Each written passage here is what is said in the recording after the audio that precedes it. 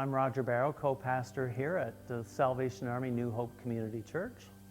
And I'm the other half of that co-pastoring. I'm Glenda Barrow. So we kicked off last week our iconic Christmas kettle campaign, which most people are very familiar with when they see those red stands at the stores around their community. And what we affectionately call the bubbles. Yes, the bubbles. And they're around now, and 100% of the money that's donated in those kettles stay 100% local in Dufferin County. And that's what determines then, for the rest of our year, the supports that we can give to the community. There's a variety of partnerships with other local community organizations that also work together to meet the needs, the ever-increasing needs, sadly, of the region. We have a food bank here that operates in conjunction with the Orangeville Food Bank, so we supplement what they are able to offer. And we also serve Dufferin County, not just Orangeville itself.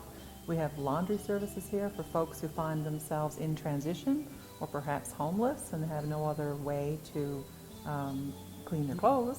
Simply, laundromats have become quite expensive, as has everything else.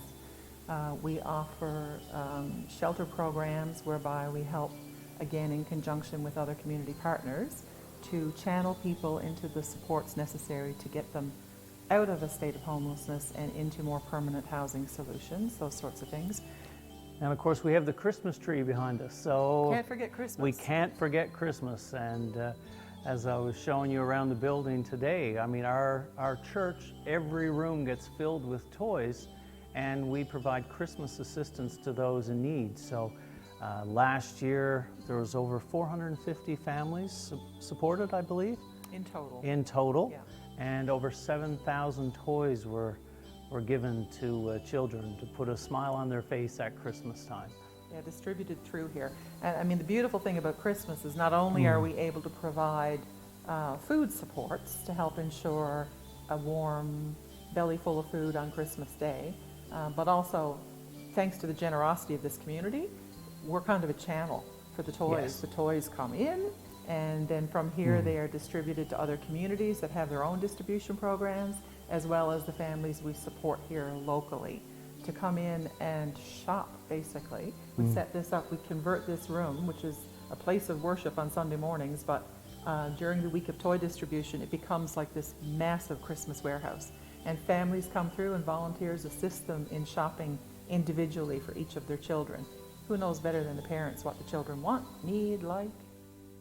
We're very fortunate that, you know, we are the funnel that gets to do that, but there's no way we could do it without the support of community partners, businesses, OPP, the fire department, Dufferin County. I mean, just the list goes on. You hate to mention anybody I because know. you're afraid you're going to miss somebody. There's Absolutely. so much community partnership here in the Orangeville area. It's mind-blowing, really. And Yeah, even I was going to say, sorry, even other churches, that too.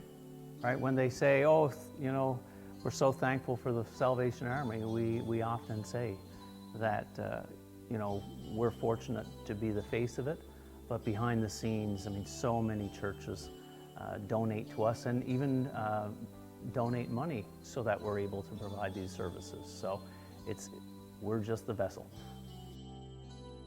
For years, people would complain, why don't you get with the times and take debit? Well, ta-da! We have, finally.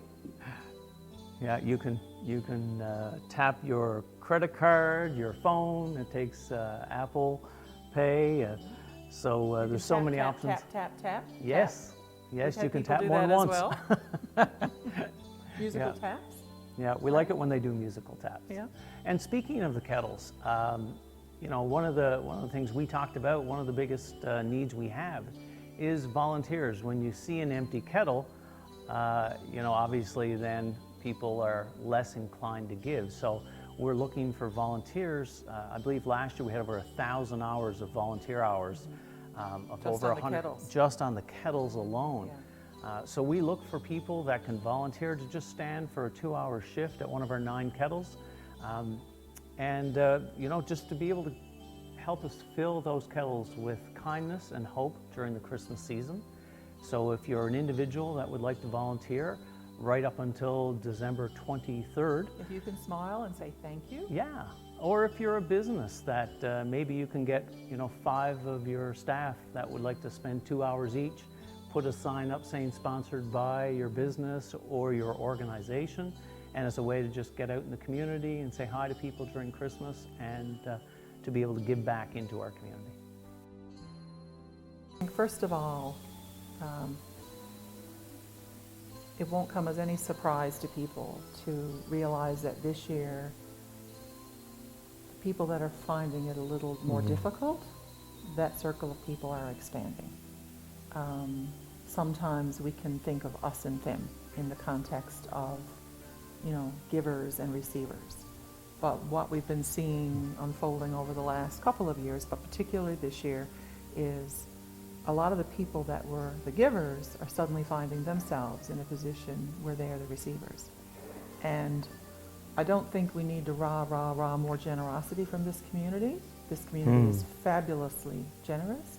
I think if anything, we need to assure people who may find themselves, maybe even for the first time, finding that they are really stressed this year and they don't know how they're going to manage it, not to be embarrassed, to realize and understand that this can happen to anyone. Nobody could have predicted what was going to happen with mortgage rates this year. Nobody could have predicted what was going to happen with grocery costs. And it's okay. A healthy ebb and flow of giving and receiving is what makes for really good, strong relationships. So regardless of which side you find yourself on this year, we just encourage you to avail of the resources that are available in this community because of people like themselves who've been able to give in the past. Maybe this year now we can assist in some way. Well, I guess they can go directly to our website, newhopecommunitychurch.ca, and that shows some of the ways in which we're able to give back. And then, of course, there's ways through there that they can connect to us if they need to reach out. And of course, if they wish to donate that way as well. If they're not passing by a kettle, but they just want to be able to do that online, they're able to do it through our website. And find out what other types of services we offer, not only at Christmas time, but also throughout the year. What's available.